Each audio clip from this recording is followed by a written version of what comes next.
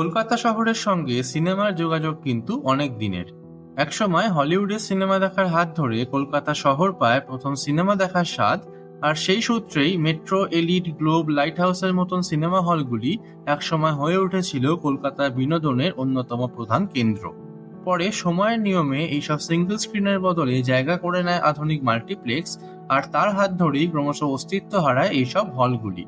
কলকাতার এইসব হারিয়ে যাওয়া সিনেমা হলগুলোর ইতিহাস নিয়েই আমাদের এবারের নিবেদন। আজ রইল প্রথম কিস্তি।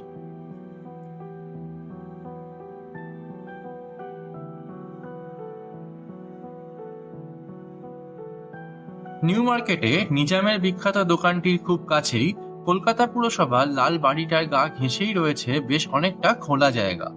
একসময় এখানেই ছিল কলকাতা তথা ভারতের প্রথম পূর্ণাঙ্গ সিনেমা হল চ্যাপলিন। তবে চ্যাপলিন নামে পরিচিত হওয়ার আগেও এই হলটির একটি ইতিহাস রয়েছে। 19 শতকের শেষ দিকে সাহেবদের উদ্যোগে কলকাতা চৌরঙ্গী থিয়েটারে প্রথম বায়োস্কোপ দেখানো শুরু হয়। এই চৌরঙ্গী থিয়েটারই কলকাতার প্রথম অডিটোরিয়াম। এরপর 1907 সালে জামশেদজি ফ্রামজি ম্যাডান নামে এক পার্সি ব্যবসায়ী শুধুমাত্র সিনেমা দেখানোর জন্য ম্যাডান বায়োস্কোপ নামে একটি আলাদা হল তৈরি করেন 5/1 চৌরঙ্গী প্লেসের ঠিকানায়। পরে এটির নাম বদলে হয় এলফিনস্টোন পিকচার প্যালেস এবং আরো পরে নাম হয় মিনার্ভা। মূলত হলিউড ঘেঁষা ভালো ইংরাজি ছবি দেখানো হতো এই হলটিতে, আর এখানেই কলকাতার মানুষ প্রথম টকির স্বাদ পায়।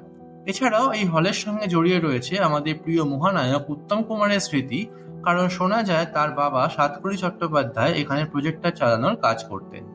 একটা দীর্ঘ সময় ধরে সাফল্যের সঙ্গে চলার পর 60-এর দশকের উত্তপ্ত রাজনৈতিক পরিস্থিতিতে ক্রমশ মন্দার মুখে পড়ে মিনার্ভা সিনেমা। কয়েক দশক ধরে এই হলটি খারাপ অবস্থায় থাকার পর 80-র দশকে কলকাতা পৌর সংস্থা এটি অধিগ্রহণ ও সংস্কার করে এবং বিখ্যাত অভিনেতা চার্লি চ্যাপলিনের নামে এর নাম দেয় চ্যাপলিন। যদিও এরপর আর কখনোই তার পুরনো গৌরব ফিরে পায়নি এই হলটি, ফলে 2013 সালে সম্পূর্ণ হলটিকে ভেঙে ফেলার সিদ্ধান্ত নেওয়া হয়, আর এভাবেই শহর থেকে মুছে যায় ভারতের প্রথম সিনেমা হলের অস্তিত্ব।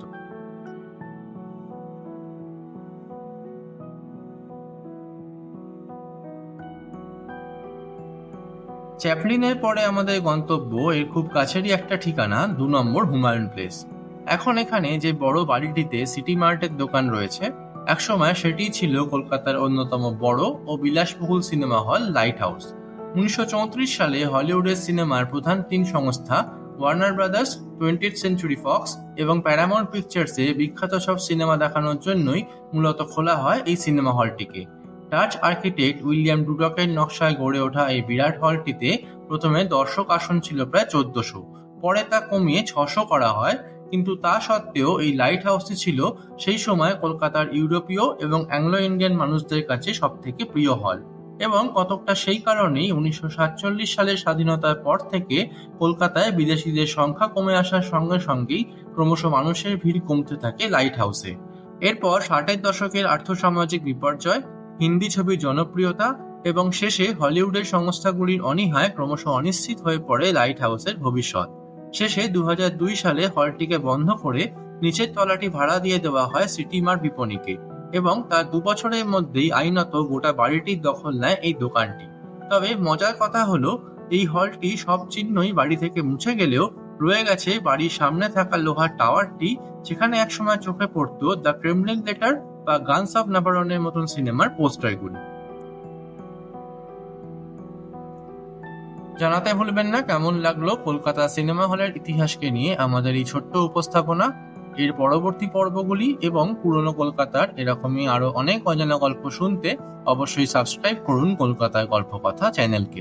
ধন্যবাদ।